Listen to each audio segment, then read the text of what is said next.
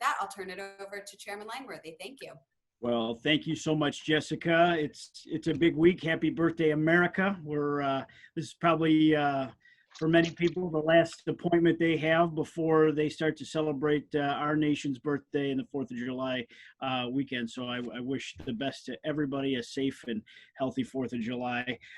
Also, yesterday marked my 1-year anniversary as chairman of the state Republican Party, and boy, I never thought the year would turn out like this. I mean, we really started to work very hard on, party, and I ran on a platform of rebuilding, retooling, and revitalizing the Republican Party across the state of New York. I was very proud to travel to all 62 counties in the last year and got a chance to meet some of the most wonderful people I could ever have had the opportunity. And this truly has been the honor of a lifetime, but we have tried to make the very most of our time in exile here as we've gone into quarantine, where in-person events have shut down tight here since March, mid-March. We have not been able to be out on the road visiting with people, but I did take this week and I took the opportunity to go to our New York State Capitol. And we had a state committee meeting by Zoom where we had to do it by proxy because of the COVID regulations. But I also took the time to have my first press conference since this pandemic has started, and called on the New York State Legislature to get back to work in order to do their constitutional duties in this state, because they have allowed this governor to become a dictator. They've given him unbridled power, and he has, with that, has shut down businesses.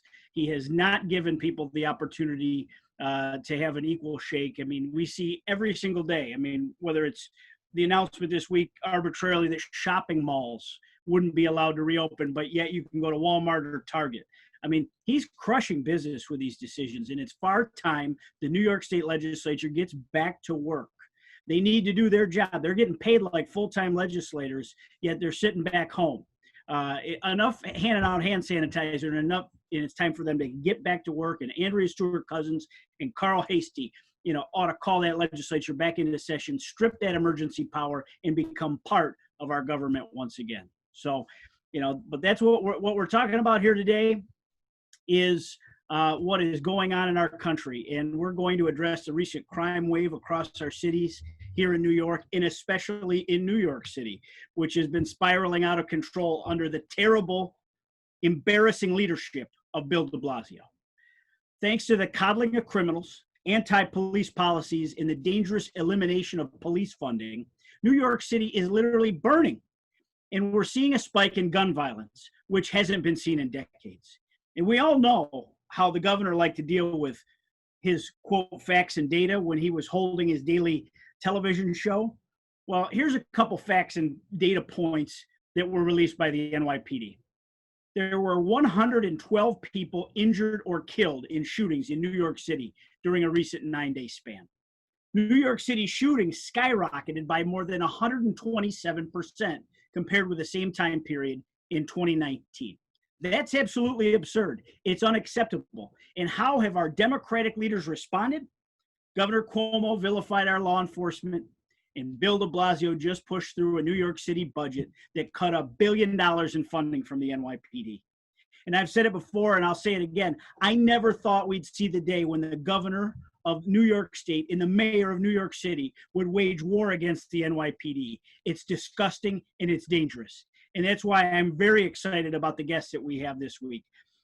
For our video town hall. This is about the 10th week we've done these video town halls. They're excellent. We're going to keep them going. But these two guests today are no strangers to the importance of the NYPD or the incompetence of Mayor Bill de Blasio and the actions taken by the leftist organizations that have crippled our city streets. We have with us someone that many people know. I remember obviously first probably seeing him in the movie Goodfellas, but then also by his many appearances on Imus in the Morning, but across cable TV news as the commentator. Bo Dietl, former decorated NYPD detective, mayoral candidate, actor, CEO, and outspoken Bill de Blasio opponent. Welcome, Bo Dietl. Good afternoon, everybody. We also have with us New York City Councilman Eric Ulrich. He represents the 32nd District in Queens, where he was born and he was raised. He was first elected to the city council in 2009 and has established a reputation as an honest, outspoken, and independent voice in City Hall. Welcome, Eric Ulrich. Chairman, great to be with you, Chairman. Sorry, I'm in transit. Sorry about that. No worries. It's all good. Thanks for taking the time out. Well, New Yorkers want to feel safe. If we want to end any sort of, problems with the police, but not to the end of policing altogether. We want to feel protected from harm in our neighborhoods and see criminals go to jail, not let them back out on the streets. This bail reform policy that Andrew Cuomo enacted last year has done devastation all across the state. I mean, New Yorkers were less safe pre-pandemic. Obviously, what we've seen here recently in the last several weeks has taken that to a new level. But New Yorkers need to believe that crime won't continue to surge out of control like it did back in the early 90s in the Dinkins administration. Over the last 2 terms, Bill de Blasio's dismantled everything that Mayor Giuliani and Mike Bloomberg accomplished that helped make New York the safest big city in the United States. Crime is surging. Murders are up 25% so far this year. I'd like both of you to give your thoughts on the damage of the de Blasio administration on safety and security and law and order in the city of New York. Well, I guess I can start with this. And first of all, let me say hi to Eric and Mr. Chairman. Through all the fog and through all the storms of me running for mayor, I had one guy that stood at my side all the time, was Eric. Eric has been there, was with me to the last battle of the century there, and we fought together. And I love Eric, and I'm always supportive of him. And he's a great person to have on board. Now, as far as what's going on in New York, I just came out to Long Island from New York. I was there Monday, Tuesday, and Wednesday. And it looks like there's a hurricane coming because all the windows are boarded. They're ready for that. Gangs of thugs are roaming the streets, demanding money from people, shaking down people. Give me some money. Not asking for money. Give me some money. Threatening my own grandson who's 4 and my daughter can't leave their apartment. Fear. Everyone has fear. This is not a Republican thing. This is not a Democrat thing. We are New Yorkers. White, black, Hispanic, Asian. We are all New Yorkers. And New York is being destroyed as we're sitting here. You could see every corporation now are not going back to their corporate headquarters. People are frightened. People don't want to travel. With the advent of this pandemic that just piles on, we have to have this riotous situation that's going. People are moving out of their houses. In the building that I'm on, the Upper East Side, there's a moving truck there. Every day, people are moving. People are moving out. Economy, all these great restaurants that we have in New York are going bankrupt. New York is going down. It is not going to be like the early 70s. This is going to be devastation like Detroit. It's going to be like another Detroit. And the reality is no one cares. And it shouldn't be just us speaking about it. But the funny thing is, I was a Fox News contributor 12 years. Fox News talks about it, even the local channel. You go to the other ones, no one's talking about these anarchists that are now in City Hall Park trying to do what they did out west. And we saw how well that worked out. 2 dead, they shut it down. Now you have a guy, hey, look, you're to a black sergeant, my age, you're a little younger than me, and he's telling him, you're a traitor, you're a Judas because you're a cop. You probably only have a high school education. I have a master's degree. You're a little punk that mommy and daddy pay for your college degree, and now you don't have a job, so now you just want to stir things up. They used this George Floyd thing, which we all agree was a terrible tragedy. They painted every cop with one brush, and I gave the numbers on this thing. Here are some of the numbers, and I think Eric will agree with it. Every year, 2019, we could take the last year, there were over 370 million interactions, cops and the public. Of those interactions, there were over 10 million arrests. Of those arrests, there were 1,004 fatal shootings. But these are fatal shootings with people with guns, knives, weapons, justifiable shootings by police officers. Of them, there was 41 fatal shootings of unarmed people. Of the unarmed, 19 were white, 9 were black, 6 were Hispanic, and then the others. So I thought when I got these numbers from the FBI, this was going to be some outrageous amount of cop shootings, cops murders all over. It's not there. The only thing that I was outraged was in 2019, there was approximately 7,500 blacks that were killed by other blacks. Do those Black lives matter? And I pushed this to everything. I pushed this out to the president. Let's start talking about the real problems in our Black community. The idea of after the beginning of 1970s, when they started developing the welfare, and if you didn't have a father, you got checks from the government. So if everyone was having children, just pop these kids out. Don't worry, as many kids as you have, you get another check. But one thing was missing, the father was missing to teach these kids right and wrong. That's what happened right now. One of my answers are, these kids get in trouble when they're young, early 20s, teens. We should be able to come to institute some kind of a pardon. If they stay out of trouble, let's wipe their records clean. Let's give them another chance. Also, cops, open high schools up at night. Have a Big Brother program where you have mentors there. We could do things. We could work together. Then you have the other side, the anarchists that don't care about anything. All they want to do is rip down every statue, rip down paint, Black Lives Matter on beautiful Fifth Avenue. Give me a break. If Black Lives Matter, where are the Black lives that are being gunned down every day? 18 people were killed 3 Sundays ago in Chicago, including a 7-year-old little girl. Do those be real about this? This is a big fallacy, and everyone is afraid to speak. And if you say all lives matter, you're a racist. Well, I guess I'm a racist because all lives matter, especially the 3 and the 7-year-old little girl happen to be African-American Black that died. Their lives matter as much as anybody's lives matter. And we should stop the nonsense, because right now we have good Black people around New York City that are working hard, putting their kids through good colleges, and they want to be part of everything. And they are part of everything. And I recognize a person, good, bad, not black, white, Hispanic, or Asian. We got to clear this up. And do people really want New York to turn down? And that city council, with the exception of Eric over there, is a bunch of clowns. What we should do right away is the police department should take the security away from Corey, little Corey boy there, take it away from Big Bird de Blasio and his wife. They should take the security details away from them. I just passed by over on East End Avenue. You can't drive by Gracie Mansion. Why, Mr. Mayor? What are you afraid of, Mr. Mayor? Cops should not guard them. They should walk away and say, you know what? You think crime's not bad? You fend for yourself. I'm sorry for going on a rant like this, Mr. Chairman. I'm sorry, Eric. You need a drink of water after that one, Bo. Eric, you've been there for a good amount of the de Blasio debacle. You know, what is it about this guy in his time in Gracie Mansion that has led us to this moment? Well, Chairman, let me just begin by saying it's great to see your face. It's great to be with you. You're doing a terrific job, really revitalizing the Republican Party, rebuilding the Republican Party, recruiting excellent candidates, and most importantly, winning elections. And you've got a great record, and anything that I can do down here in Queens or in the city to help you and my county chair, Joanne Ariola, to help rebuild the Republican Party here in New York, I'm committed to doing that. It's also great to see Bo Dietl.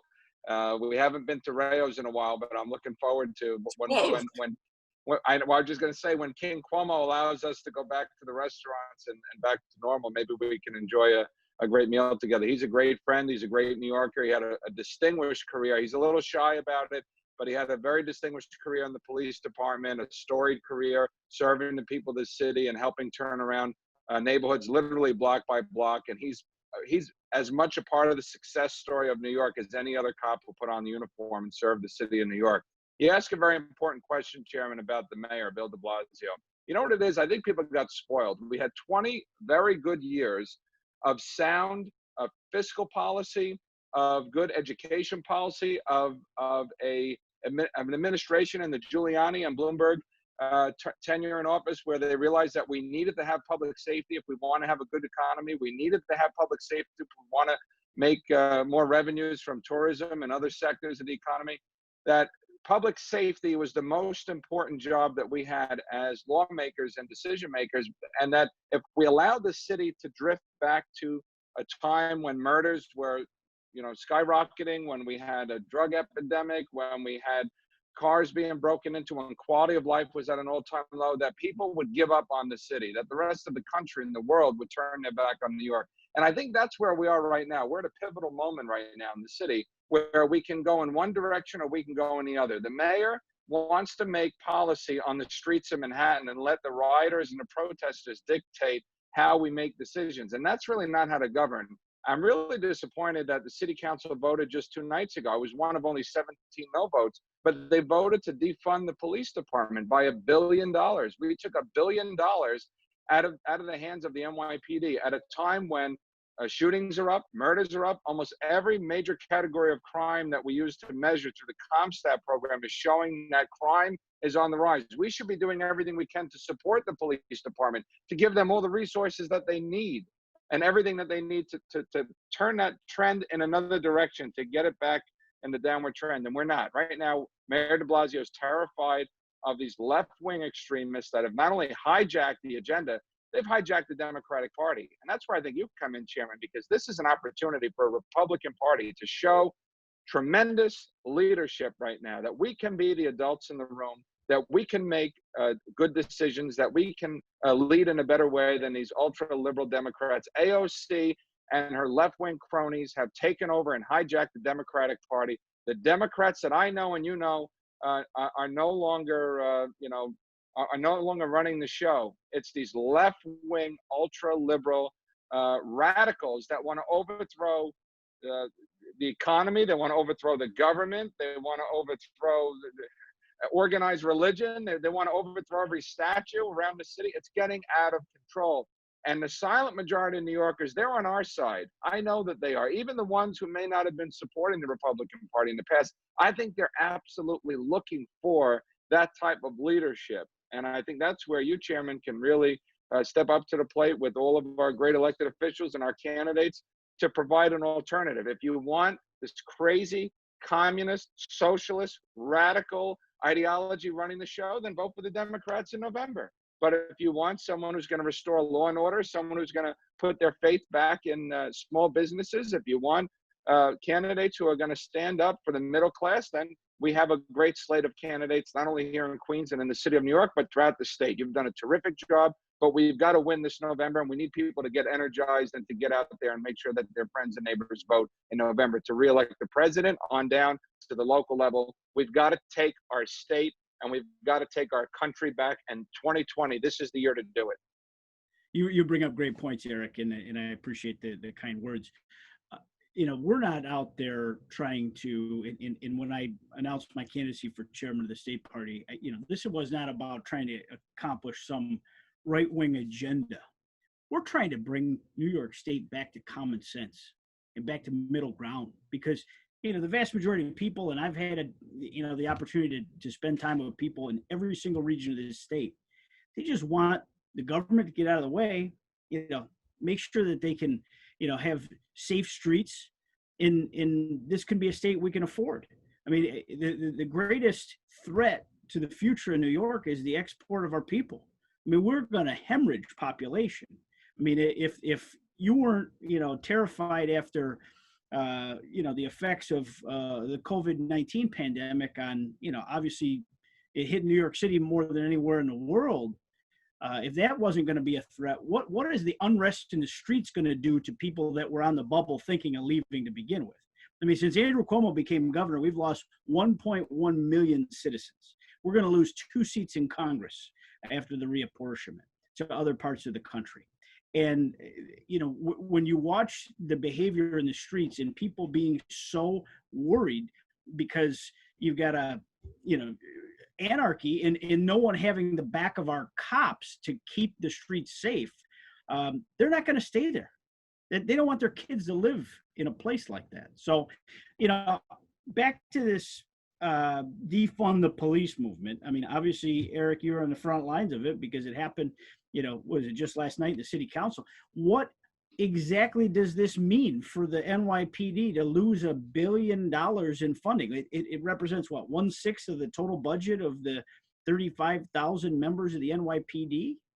Look, some of the professional police critics, the same people who were attacking the cops in the media and in the streets 20, 30 years ago when Bo was on the job, are still around. We know who they are, the usual suspects, and they are now dictating what the policy should be for the police department. I think it was a week and a half ago, 2 weeks ago, that the chief of department of the police department announced that they were going to do away with the anti-crime unit. These were the cops that would literally flood the streets of some of the most dangerous neighborhoods in New York City and get all the illegal guns off the streets, the bad guns, not the legal guns, the illegal guns, Chairman, the ones that people were using to rob stores and stick up little old ladies in the hallway of their apartment building and murder innocent New Yorkers, innocent civilians sometimes. So my point is that they want to do away with this idea. They have a radical idea that cops are social workers, that cops are psychologists. Cops are not psychologists. Cops are not social workers.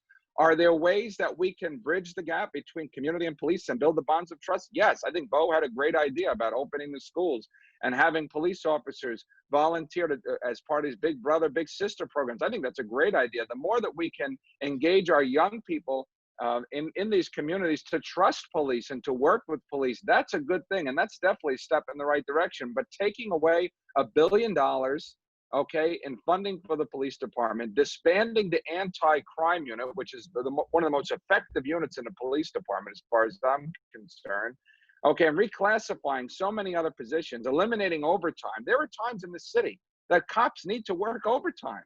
You know, there are not only riots and protests, but there are large-scale events. We were supposed to have the 4th of July fireworks show, and that obviously got canceled. But there's so many other, Times Square, for instance, when we have the ball drop, we can't compromise public safety. We can't play around when you've got over 1 million people packed into Times Square to see the ball drop. Is that somewhere that you or I would want to be if the cops don't have overtime, if we don't have adequate police personnel, both, you know, plain clothes and in uniforms, to make sure that people are safe? This is the crossroads of the world. Could you imagine if something happened, God forbid, on New Year's Eve in front of the whole world, with the whole world watching? That's blood on our hands, not to mention all of the young people and the innocent people that their lives and their safety is being put at risk, because now we're curtailing, we're cutting back, and we've handcuffed the ability of the police to actually go out and do the job, which is to keep people safe. That's their job. And we had to support them, and we failed in doing that because these left-wing Democrats caved to the protesters and the agitators and the professional police critics and all the other usual suspects, and they let them dictate the public policy. I've never seen anything like it, and I think that this is something that New Yorkers will not soon forget. And I just hope that they remember who was responsible for it. I had nothing to do with it. We know that the Democrats were behind it. Well, Eric, I appreciate your steadfast positioning on there. I mean, we're going to beat the drum every single day between now and Election Day. The New York Republican Party and Republicans stand with law enforcement. We stand with our cops, people that put on the uniform each and every day. They don't know if they're going home. And especially in these troubling times, they're under assault, and they need someone to have their back. This governor doesn't have their back. He's afraid of the leftist mob. Bill de Blasio is leading the leftist mob.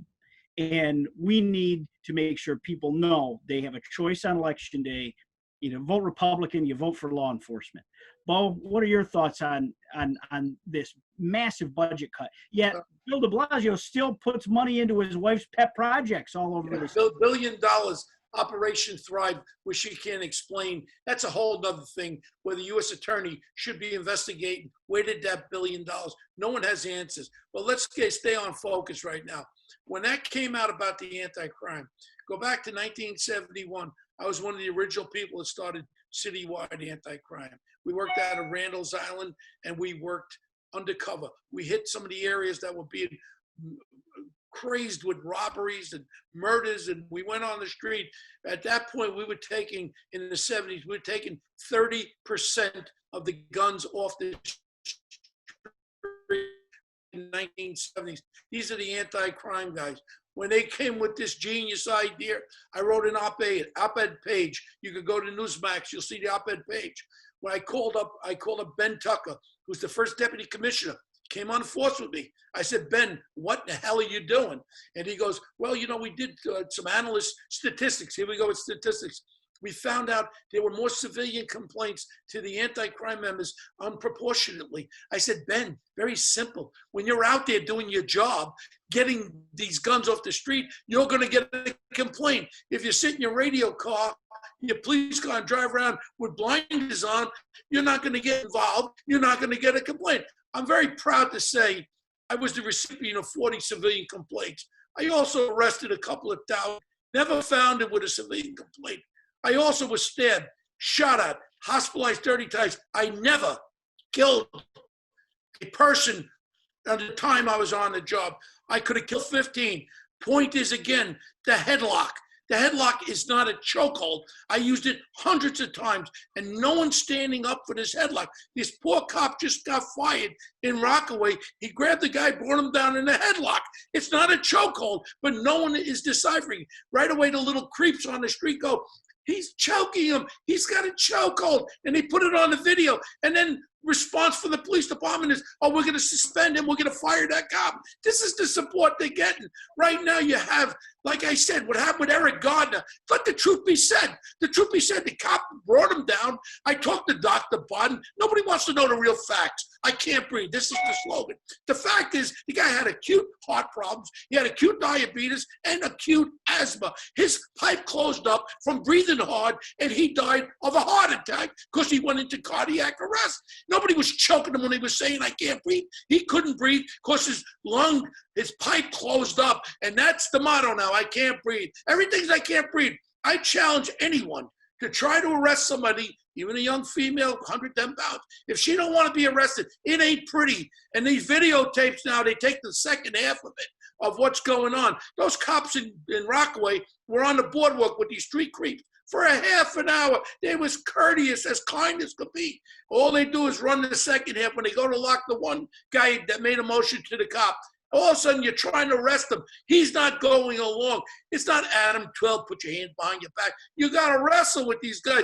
If I didn't have the headlock, and that's what I used to use, and nobody died, probably I would have been killed many a times. My point is, we got to cut through the baloney, and no one has the nuts to talk about this. And I tell the PBA, the DEA, why don't we go after this and show? I'll go to the city council, Eric, anytime you want. Get me 6'3" guys. I'll go in there. I'll take down every one of them. As long as they don't have heart problems, I'll take them down with a headlock, and I'll get them to the ground where we can handcuff them. This is baloney.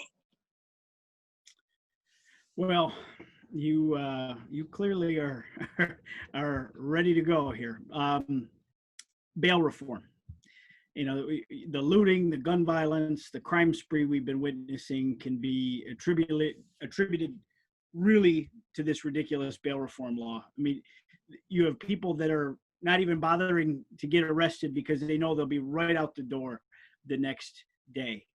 We've seen it time and again, and the police do their job. They arrest the criminals, but they're immediately released because there's no way to hold them. Especially when it comes to burglary, because of bail reform, you're back on the street the next day. You cannot be held on any sort of bail. The New York Democrats' weak-kneed policy here has been on full display during this unrest, and the results have been catastrophic. Repealing bail reform has been a drum that we have been beating as the state Republican Party, for well over a year. And we've been beating it since the law went into effect earlier this year. I'd like to hear from the two of you on the effects that you think that the bail reform law has had on crime in the city specifically. Yeah, may I? Because I spoke to the governor's former chief of staff as soon as this morning, and I said, I have to meet with him. He has to realize New York City is being destroyed. Under this bail reform, under this criminal reform, people don't realize it has to go to a grand jury within 15 days or some nonsense. They have to give all the information over to the defense attorney. One little problem, and I talked to my friends who are district attorneys, there are no grand juries. There are no grand juries sitting. So we have to freeze this bail reform. I feel as though everyone should have the right to get bail if it's not so crazy and so nutty. But you don't have grand juries. We can't get the evidence fast enough to the defense attorney. So this means a person with a gun is going to get the case, is going to be dismissed. This is ludicrous, crazy. And then they open up Rikers Island. All these little creeps are running around the city, and it's a game. And they get locked up. They're in, out the door. And this is what it's all about. I am pleading. I'm sorry to say, I'll get on my knees to the governor. I'll get on my knees for this one. Please, Governor, you have to put this into a freeze mode and know what you're doing, because you don't have a clue. And why don't you let your mom who I met and I like very much, and your dad, let her walk through New York City. Let her take a little stroll through New York City. See what happens, Mr. Governor. You know, Chairman, there's an old saying that the road to hell is paved with good intentions. And I think that there are some people who believe that bail reform was going to level the playing field for defendants and for people who find themselves involved with the criminal justice system. You know, look to President Trump, who showed tremendous leadership. Right when he came in office, it was a Republican president who actually tackled the issue of criminal justice reform at the federal level. And he gets no credit for that, by the way. They had a bill signing event. Everybody said thank you. And the next day, they were out there ripping them to shreds all over again. Putting that aside, here in New York, we have these career criminals, people who have been arrested hundreds, literally hundreds of times. And because of the new bail reform that Albany enacted last year, they get the revolving door treatment. They're in one day and they're out by the next day. They're out before the next day in some instances. And what are they doing? They're committing more robberies. They're attempting to rape more innocent women on the streets. And they're getting involved because they have a predisposed tendency to commit crimes. That's why we keep them behind bars. If we don't believe, and we don't all agree on the fact that there are good people in the world and there are bad people in the world, and the job of the police and the courts and the politicians is to keep the bad people behind bars so they don't hurt the rest of us, the good people, then the conversation is a non-starter. And there are some people in Albany, I think that they have good intentions again, but I'm pointing the finger at some of those quote unquote moderate Democrats who were elected on Long Island and in the Hudson Valley in the last cycle, who said that they didn't agree with the bail reform. And what they do, they voted for it because the governor stuck it in the budget. And so they can blame the governor all they want, but Albany has the ability to repeal some of those provisions of the bail reform package that was passed last year that's putting New Yorkers at risk, that we know the vast majority of New Yorkers are against. We know it's not good for public safety, but they don't want to do anything about it because they lack the courage. And again, I want to get back to the point I made before. The Democratic Party, as we know it, is no longer the Democratic Party. And the folks that we befriended and the people that we might disagree with on a couple of issues, the old school Democrats, they are in the minority now of their own party because it has been hijacked by these left-wing, radical, people keep calling them socialists. They're not socialists, they're communists, as far as I'm concerned. They've hijacked the Democratic Party. They've hijacked the agenda in Albany. They've now taken over the streets of New York City. They've shut everything down, and nobody's standing up to it. This is where we have the ability to show the tremendous leadership. There's a vacuum, there's a void, and New Yorkers are saying, who is fighting for us, the forgotten New Yorkers, the forgotten middle class, the law-abiding, tax-paying citizens of this state? That's where we can show leadership, and we can be a voice for those New Yorkers right now who don't have one, because AOC and her cronies like Bill de Blasio are running the show, and they're running the state and the city down the toilet. It's got to stop. And you bring up a good point about, the parallels AOC and Bill de Blasio.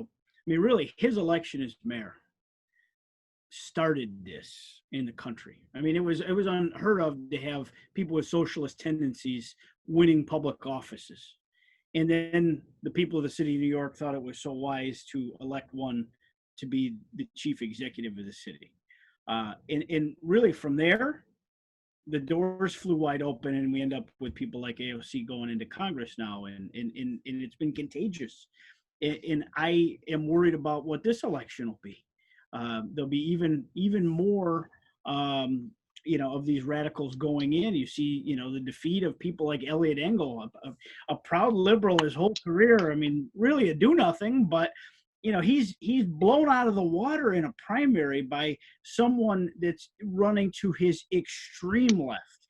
That, Elliot Engel's not liberal enough. I mean, Elliot Engel spent the last 2 years trying to take the president out of office through impeachment. I mean, these are the sorts of things that should scare the hell out of every taxpayer in the state of New York. Anyone that wants to fight, stand up and fight and join our ranks, we need every man and woman to take back our state.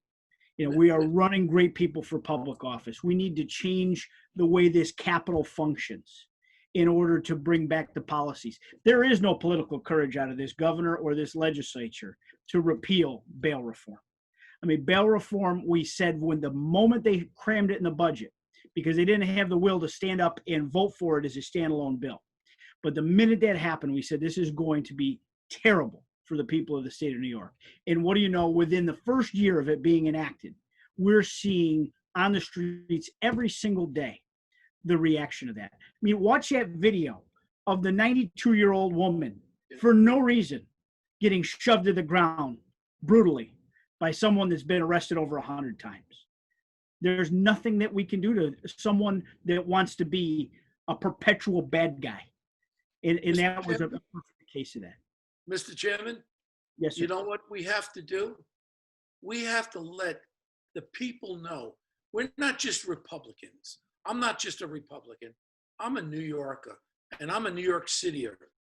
And all I have to do is make sure that this message gets out to all the good people where it's all about one thing.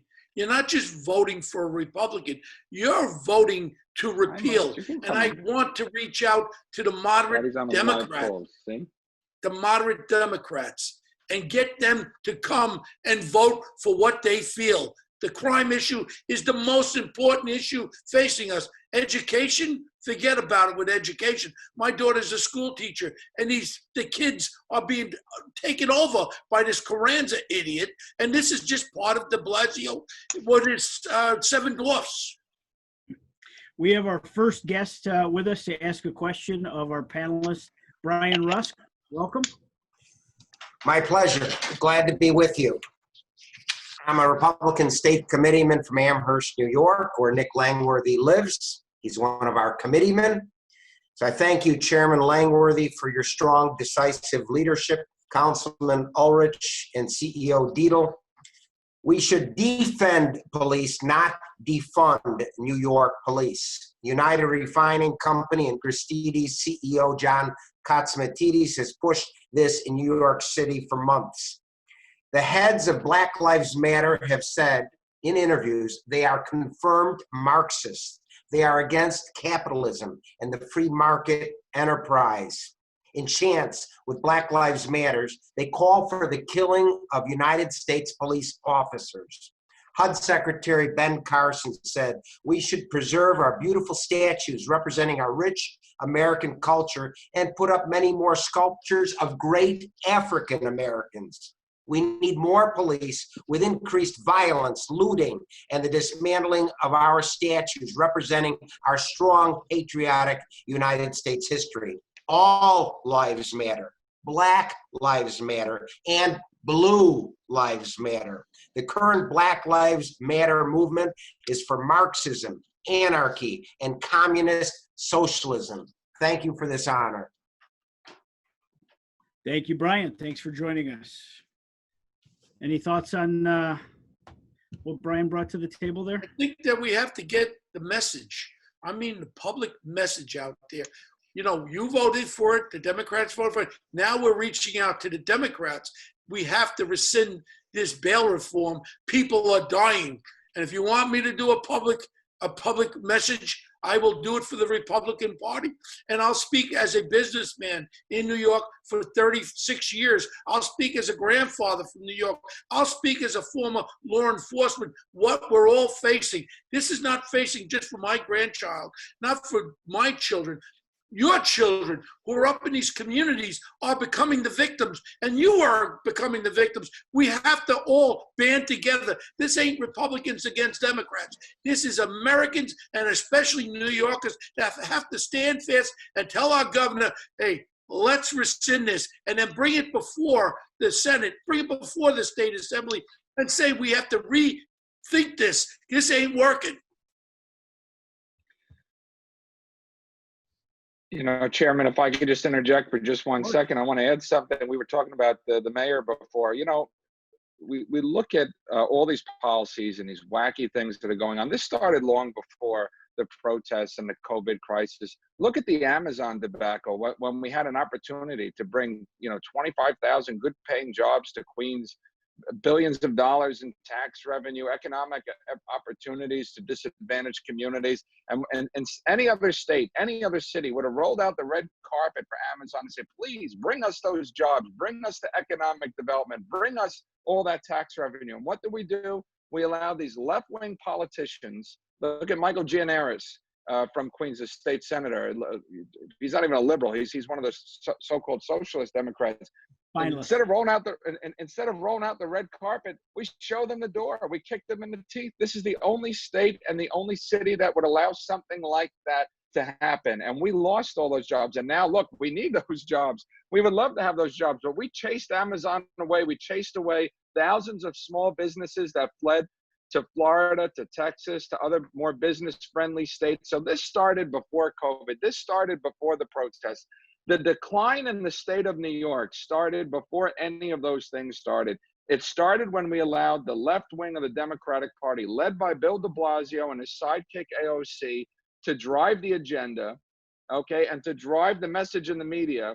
And again, there's this vacuum here. Here's an opportunity for the Republican Party. Do you know, Chairman, just this week, I registered 5 new Republican voters in my district. I'm not even running again. I'm term limited. I have nothing to gain politically from this. I registered 5 new Republicans. 3 were new registrants, okay, and 2 were registered Democrats that said, I registered when I was 18 because my parents told me to register Democrats so we could vote in the primaries. But the Democratic Party left us, so we're leaving the Democratic Party. They switched to the Republican Party. This is where the district leaders, the state committee people, the county chairs, the folks who care about the future of New York State can get involved. If everyone just registered 5 new Republicans, all of our activists, all of our club members, all of our state committee people, we'd register thousands of new party members. They have no home in the Democratic Party anymore. The Democratic Party doesn't stand for the things that they stand for, and they know that. But we've got to go out and get them to re-register as Republicans and get them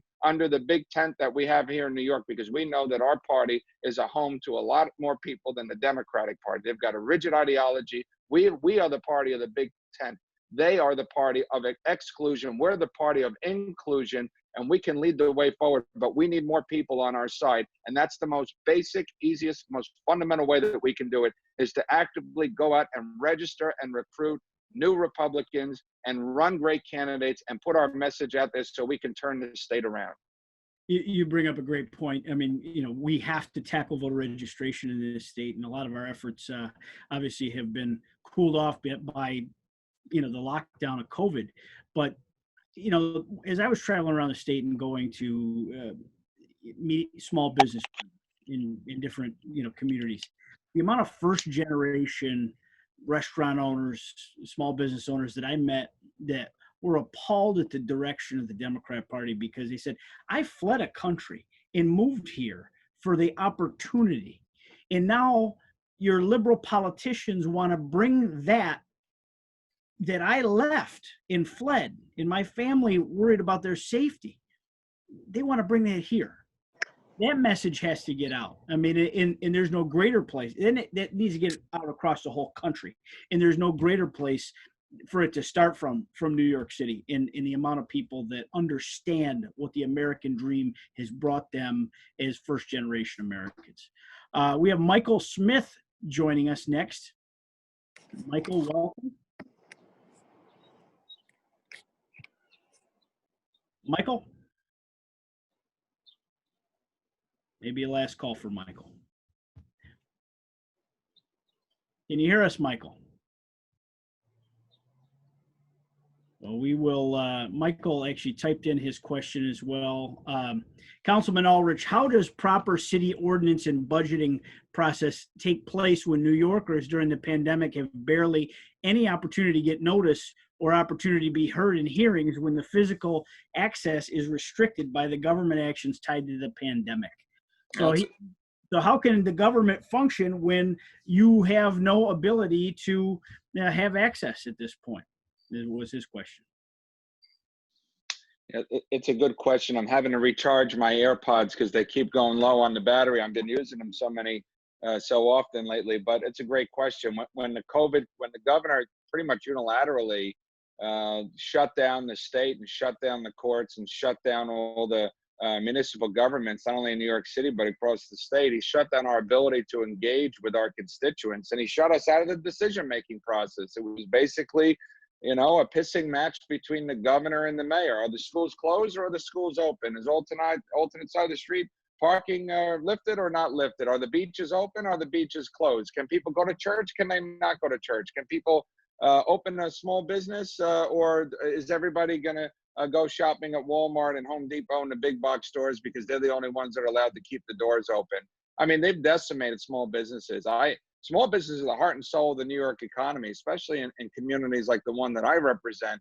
And the governor and the mayor have done a pretty effective job as a tag team in absolutely destroying their ability, not only to stay in business, but to get back in business. Okay, and they keep wanting to blame Washington and the federal government. If it wasn't for the Congress and the leadership in the White House, we wouldn't have the PPP loan right now. We wouldn't have been able to get that money flowing to the small businesses so they can hold on to their employees. If the Democrats had their way, they'd have everybody on unemployment. This way they become a slave of the state. I mean, like this is textbook communism 101. Close the churches, tear down all the statues, shut down the freedom of the press and the freedom of speech, block out any dissenting opinions, and the government basically runs the show and runs the economy and dictates to us how we individually live our daily lives. And that's why I think people really got to get energized and excited about this election. I know that people are concerned about so many other things, and it's a very stressful time right now that we're living in, but people have to realize that if we don't take our state back this November, and we don't vote out some of these people. Look, I mean, you mentioned Elliot Engel. Yeah, okay. First of all, Elliot Engel, he's the poster child for term limits. He was there way too long. Okay, we need term limits in Congress. You got people that have been there for longer than I've been alive. It's a joke. And they do nothing. They do nothing, and they stick their finger in the wind. And whichever way the wind blows, that's the way that they go. We've got it. Whatever we're doing, Chairman, it's not working. If we want things to change, we've got to vote. And we've got to get our people registered to vote. And it's the most basic, fundamental aspect of political participation, but we don't take advantage of it, and we don't utilize it the way we ought to. Bo, you chiming in there? Besides being in public office for all those years, they all become very rich. There's not one poor politician in Congress or in the Senate that retired with no money, including our former president, the great Obama there. Very rich man, and they go into politics. He doesn't want to get back into politics. He wants to pull the strings. If Biden comes out of his basement and ends up beating Donald Trump, he's not going to be running this government. Who's going to be running it is Obama.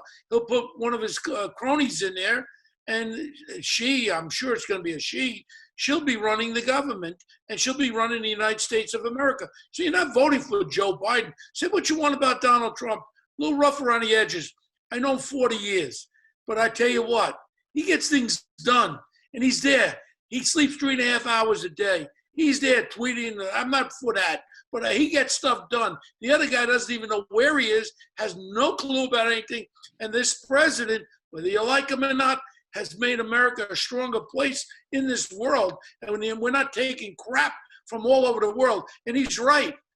We wouldn't be in the predicament we're in today if it wasn't for one country, China. And the way he says it, it's so true. They knew exactly what they had, and they said, hey, we can now change the world economy. This is all a calculation. And in reality, even North Korea now is starting to jump ugly again. And now all of a sudden, Russia, everyone's jumping ugly with us. Wait till you see if Donald Trump does not get reelected, we got some real trouble. So Democrats, Republicans, Americans, we have to revote Donald Trump in. But more important, we have to give him a Congress and a Senate that he could do things with. And when I see these Republican senators folding up like cheap valises, let's take Christopher Columbus down. Enough already. Even in our state, the people of our state, good people of our state, Democrats, liberals, Republicans, conservatives, we have one. We want the safety and the security for our families, and we're not going to get it with this current governor, mayor, and these elected officials. And that's the way it is. That's the way it is. Well, welcome our next caller, FJ. Welcome, FJ. Hey, how are you? Thank you so much for taking an interest in the party and helping to educate people. I was never really political until about 2006 when I started to notice there was a big pile on the Bush administration. I didn't agree with them that much, with a lot of their policy, but I felt that after 9/11, coming back here and sinking my entire life savings into New York real estate about a year before 9/11 happened, the response that he made me feel as a New Yorker brought me more into the Republican Party. I was very, very disappointed with Mike Bloomberg's complete tenure here in New York City because I felt like he was absent and he delegated to a lot of other people, and he created the beginning of the end of what Giuliani had started with the policing. I was involved with police charities for about 13 years, from 2003 until about 2016, 2017, and I got to know a lot of the cops at these charity events, and they explained to me about the things, the squeegee guys, the broken windows, really prosecuting small offenses, and that's what got the city safe, and that's what allowed Brooklyn to open up so that so many people could move there. I don't want to see that reversed. I pay a lot of taxes. I live next to St. Patrick's Cathedral at Olympic Tower, and we lived here 25 years. We put money into the building. We bought another apartment. We pay a lot of taxes on this property. My wife and I stood as we came back from her birthday out in Long Island and watched the riots begin. I think it was the 29th, and we watched them desecrate the cathedral. I stood with my doorman out front while I was all having to protect them. There was no police protection. They stayed across the street, and they kind of stood by while St. Patrick's was defaced, while Michael Kors Boutique was looted, and kind of like while racial epithets and really aggressive racial, aggression toward non-Black people were hurled at us. Now, I don't want to say that the police did anything wrong, but they were just there, and there were a lot of them, and they stood down. How can I get involved? What can I contribute to? How can I bring people together to contribute to making sure that maybe the police commissioner has more of a free hand to enforce the law and to keep us safe? I'm also a landlord in Soho as well. Again, my life savings poured down there. And again, it seemed like the police steered the rioters into the wealthy neighborhood, and they took out a multi-billion-dollar company that's one of my tenants and stuff, and they've been out for 4 or 5 months now because of this. And I just don't know where to go or where to turn or to make it happen. Is there a way to do a recall that would actually work? Eric, why don't we start with you here? Thank you, FJ. Thank you for the question. First of all, I'm sorry to hear about that experience. Hold on one second. My call just went. Okay, I'm back. So I'm sorry to hear about that experience. What you experienced, I think a lot of people were watching on television. You were living firsthand. So it's very unsettling to hear about that. Look, Mayor Giuliani saved the city, turned the city around, not only, reduced crime to historic lows, but slashed the welfare rates, created thousands of good paying jobs. And most importantly, he made people believe in the city again. And after 9/11, when Mayor Bloomberg was elected, thank God he was elected at the time, because I'd hate to think what the city would be like if Mark Green had been elected in 2001 and not Mike Bloomberg. He realized that we had a lot of work to do to bring the economy back, bring the city back, and that New York had to lead the way in terms of recovering after the terrorist attacks on 9/11.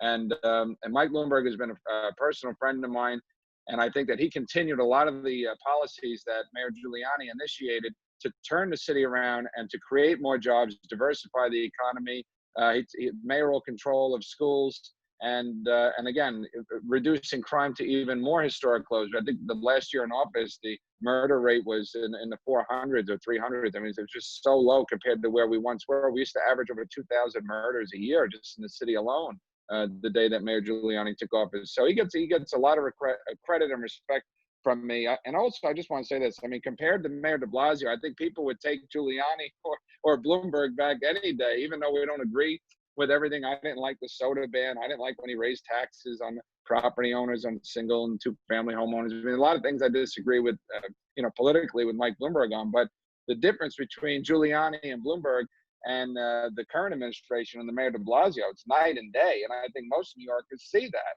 And you as a property owner, as a landlord, you see that, not only in the quality of life, but the delivery of city services. Wait till the cuts to sanitation go in. You see garbage literally piling up on every street corner. Wait till you see rats running around the street because Department of Health had their pest control budget cut. Wait till you see the problems that we have in schools because the mayor's fudging the numbers and he's let this divisive, I've said he's a racist. I have no problem saying that. Carranza, this guy from Texas that knows nothing about running a New York City public school system, basically whittle away all the progress that we've made in closing the achievement gap and improving schools that were for decades failing. Schools in our city were failing our students, our young people, and continuing the cycle of poverty. Because of Giuliani and Bloomberg, we were able to turn that around and show real progress in the schools. And de Blasio's done an about face, and he puts this wacko in charge from Texas. This guy knows nothing about the school system. And so you look at education, you look at public safety, you look at the delivery of city services, all the gains that we made over 20 years in making New York City that shining city on the hill. We were far from perfect, but we made historic gains in every measurable way. We have basically squandered it under Mayor de Blasio. If we recall him, yes, I have a vote of no confidence I put in the city council. It's largely symbolic. Do I want to see it passed? Yes. I want the rest of the state and the world to know what a terrible mayor he is and what a bad job he's doing. But he'll be replaced by Jumaane Williams, who I think is even more radical politically than Mayor de Blasio is. And look, he's out of office next year. Thank God we got term limits for mayor. We have an election next year. I know someone mentioned John Catsimatidis before. I know that he's interested in running. I think he'd be a great candidate. There are a lot of good people in this city who still believe in New York, who still want to see us go back to the good old days. And I think that next year is an opportunity for us to do that. But this year, we can't wait till next year. This year, we have elections. People got to support the party and get involved. And that's why, Chairman, I'm here to support you and do whatever I can. Thank you, Eric. The last person we have for our call, we have our great leader in Queens, Joanne Ariola Shanks. Welcome. Thank you, Chairman. Thank you for hosting these forums. They're very informative. You have wonderful guest speakers. Okay, and there I am. So, and you couldn't have picked a better guest speaker today between Bo Dietl, who is one of my favorite people, and my council member, Eric Ulrich. So, I mean, I agree with everything that was said here. And I believe that this is really, a lot of it is preaching to the choir because we all get it. We know that things have to change. But I live in a county of Queens. Now, that it is a melting pot, and they call it the melting pot because it is. So what we have to do in Queens is really get the message, and the councilman has done a good job at this, to the immigrant communities who are business owners or, husband and wife, two income families, kids are in school, and they're not getting any of the services. Now there's no public safety. But then we'll historically vote for the Democrats. We have unions that would rather back Democrats that have just abandoned them than back a Republican candidate that they know would be strongly, Eric is one of the few Republican candidates that gets some union backing. But how do we change their mindset? How do we get, take the Kool-Aid from them and make them understand that, like Bo Dietl said, that the Democrats are just systematically ruining the city and the state. Got a call yesterday that said, we're finished. So we're not finished. Bill de Blasio's term limited, and we're going to do everything we can to get rid of the governor. I think they've made tremendous missteps, dangerous missteps, the bail reform, the systematic emptying of Rikers. But Bo, you ran for mayor. Eric, you did an amazing job running for public advocate. What would you say is the prescription to find the right candidate to run for mayor? Because that's what we have to look at now. And I mean, we have a great slate of candidates. Yes, I'm part of the class of 2020. I'm going to run a great race for borough president here in Queens because we have Donovan Richards who didn't vote for the budget because it wasn't tough enough on cops. So, how do we, how do we have to get the right person to run for mayor, and we have to start now. So if you had to create that person, who would it be? What would it be? What would you look at their resume? What would it be? My criteria would be Right. like an African-American mayor. I love John Katsimatidis. He's a very good man, good friend of mine. But I'd like an African-American person who has a business experience, because to be mayor, you have to have business experience. You're running a business of almost $100 billion. So you have to understand people. You have to hire good people. You can't hire a Carranza. You can't hire a Department of Correction guy from Maine, and then you can't hire ACS where they don't care about the children. You can't have a school system where you're wiping out kids that work hard, because some Asian kids work hard. They work for their mom and dad, and they study hard, and they want to advance, and we have to deter them. Oh, you can't have this. That is there for everybody. I wish I could have gone to college. That's right. I'm a high school general diploma graduate. I wanted to go to college. We couldn't afford it. I became an iron worker on the World Trade Center. I worked hard. I made a business. But that's there for everybody. Black, white, Hispanic. That's there for everyone. We need a mayor that understands capitalism isn't a bad thing.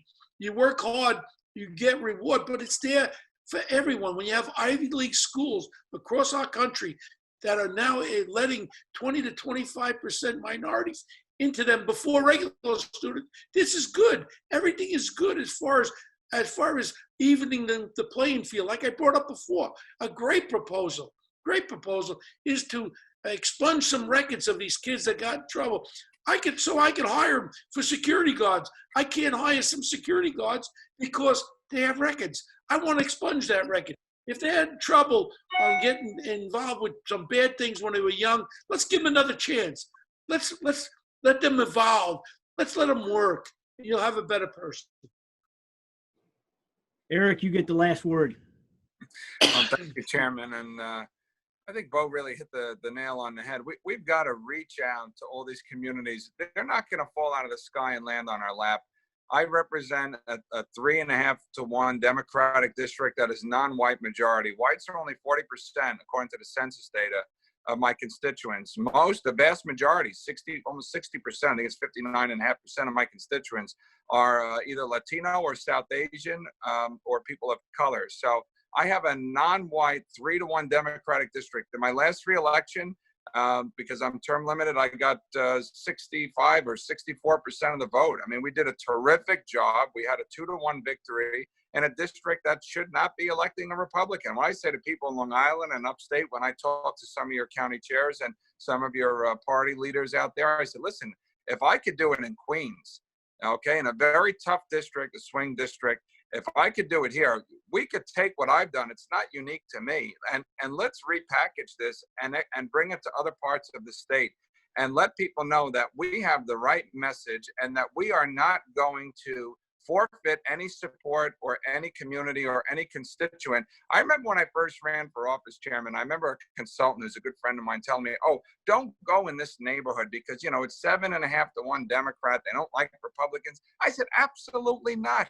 That's the first place that I went. I knocked on those doors. I had a lot of doors slammed in my face, by the way. But on election day, I want to tell you that I lost those areas 2 to 1 instead of 5 and 6 to 1. I went to those EDs, those election districts, those apartment buildings, those places where people said, the so-called experts and the consultants that have been, you know, basically sucking the life out of this party, as far as I'm concerned, for years. You know, the same consultants who said, oh, don't go to those communities, those neighborhoods, those apartment buildings, those people, which I don't like when they say that, those are the first places that I went because I wanted to tell them who I was and what I was about and why they should vote for me. And the proof is in the pudding. I got reelected 3 more times, with the biggest margin being my last reelection in a very tough year. 2017, Republicans lost the town of Hempstead. They lost Westchester County. Unfortunately, they lost other areas that are more affluent, more white, more registered Republicans in my council district. And then here I am in the city of New York, and I got 65% of the vote. Whatever I'm doing, it must be working. So I'm telling all those state committee people, those county chairs, is go into those new immigrant communities and talk to these New Yorkers. These are the new New Yorkers, and they are Republicans. They don't even know it yet. You know why? They want good schools. They want low property taxes. They want safe communities and safe streets. They want real job opportunities. They want support for small businesses. They don't want the government dictating every single aspect of their lives.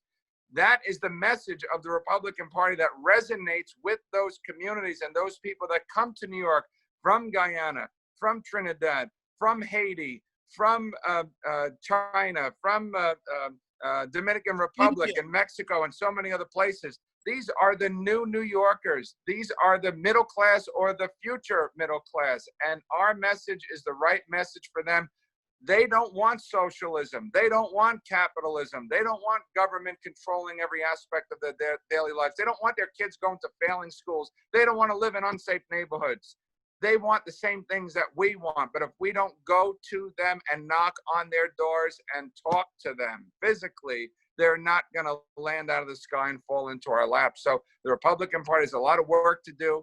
I'm doing it here with Joanne Ariola in Queens County. We're going to keep building on that success, but we've got to do it across the state. We've got an election for mayor next year. Very, very important. The following year, we've got an election for governor. This guy's running for a fourth term. I've never seen somebody so arrogant in my lifetime. He's got to go. He's a big part of the problem, but we've got to start that work today, Chairman. It doesn't start next year. It doesn't start the following year. It starts yesterday, and it starts today, and we've got to get that job done together. And whatever I can do to support you, Chairman, I'm here for you. Eric, I'd like to start something off right now, and I'll support you. I'd like you to move into the community of AOC, and I'd like you, in 2 years from now, slam her out of office, Eric. I will support you. I'll raise as much money as we have to raise. I want you to take her out. And Eric, there's nobody better than you to take her out, because you talk what people want to hear, and what you say is the facts and the truth. She's a bartender. That's what she is. And now she's destroyed New York City. She destroyed Amazon. She's destroyed this. Now she wants to take that and she wants to knock out Schmuck Schumer. And she wants to be the United States Senator. And Schumer knows she's breathing down his next. Eric, get an apartment over there in the district. Let's take her out in 2 years. You know, we may not have to with redistricting. They might draw her seat into the Rockaways, into my area, and then I might do it. I might do it just for fun, just to really. No, it ain't gonna be fun. You're gonna beat her, and I'll be there at your side. I'll go to any kind of communities, and these communities. Look at my last case was 10 dead in the Palm Sunday massacre. I was a homicide detective. They were Puerto Ricans, 8 children under the age of 12. I know brown and black violence. And I was the servant to the black and brown communities. And I want to come back.